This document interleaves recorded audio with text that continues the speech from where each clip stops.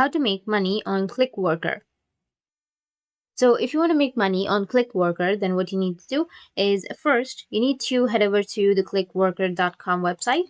You can go with login or register, which will be in the top right, and then just simply go and register. Enter the information, or you can also continue with your Google. Once done creating your account, you need to verify your account to activate it. The whole process is quick and completely free with no upfront payment or subscription required. Now, once your account is active, go ahead and complete your profile. Fill in your basic information, like the languages you speak and your skills, your background, your experience. This step is important because it helps the platform recommend tasks that match your strengths.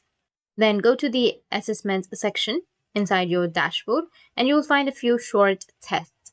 Don't worry, they're pretty simple. Once you pass them, especially the UHRS qualification test, you'll unlock access to higher paying tasks that many users rely on for steady income.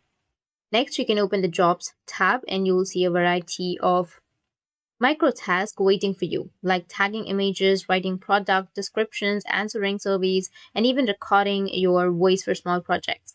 Each task may only pay a few cents to a few dollars, but if you do them consistently every day, it can really add up. So that's it. And if you have any questions, feel free to comment below. Thanks for watching.